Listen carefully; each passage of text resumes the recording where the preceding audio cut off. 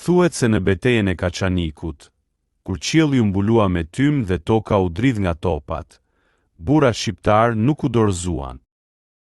Ishin të rrethuar, të lodhur, të plagosur, por nuk ndaluan. Në vend të britmave, u dëgjua një këngë. Për mëmëdhe e kënduan me zë të thellë, si një betim para vdekjes. Thonë se zëri i tyre kumbonte përtej maleve, dhe ushtarët armik u ndalën për një çast, si të kishin dëgjuar diçka që nuk e kuptonin dot, një guxim që s'ishte i kësaj bote.